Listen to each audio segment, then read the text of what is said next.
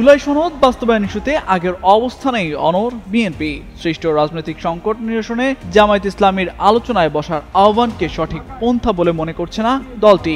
এছাড়া 11 নভেম্বরের মধ্যে জুলাই সনদ বাস্তবায়নের লক্ষ্যে নির্বাচনের আগে গণভোট সহ 5 দাবি মেনে নেওয়ার জন্য সরকারকে হুঁশিয়ারি দিয়েছে জামায়াত। এমন প্রেক্ষাপটে দেশ জুড়ে বড় শোডাউন করল বিএনপি।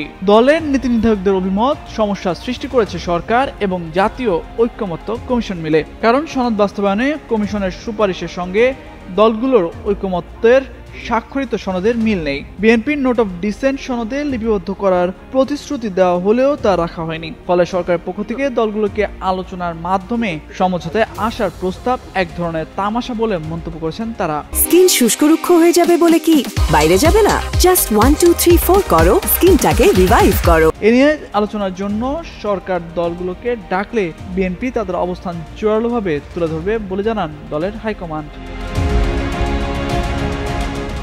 বৃহস্পতিবার রাতে গুলশানে চেয়ারপারসনের কার্যালয়ে অনুষ্ঠিত বিএনপি স্থায়ী কমিটির বৈঠক সূত্রে জানা যায়, ঐক্যমত্য কমিশনে দীর্ঘ আলোচনায় নোট অফ ডিসেন্ট সহ ঐক্যমত্য হওয়া সংস্কার প্রস্তাবগুলোর ভিত্তিতে স্বাক্ষরিত জুলাই জাতীয় সনদের আইনানুগ বাস্তবায়ন চায় বিএনপি।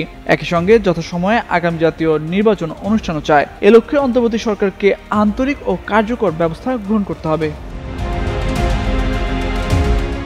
এদিকে 7 নভেম্বর ঐতিহাসিক জাতীয় বিপ্লব ও সংহতি দিবস উপলক্ষে শুক্রবার রাজধানী সহ সারা দেশের র্যালি কর্মসূচি পালন করছে বিএনপি।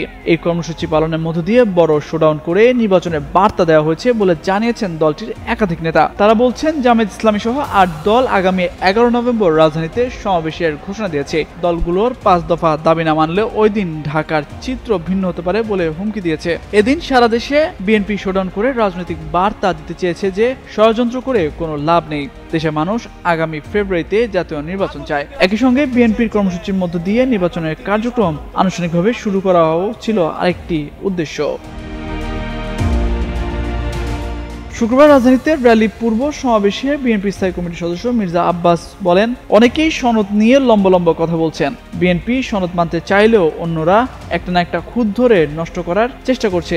বিএনপি মাঠে নামলে কাউকে আর খুঁজে পাওয়া যাবে না বলেও হুঁশিয়ারি দেন তিনি।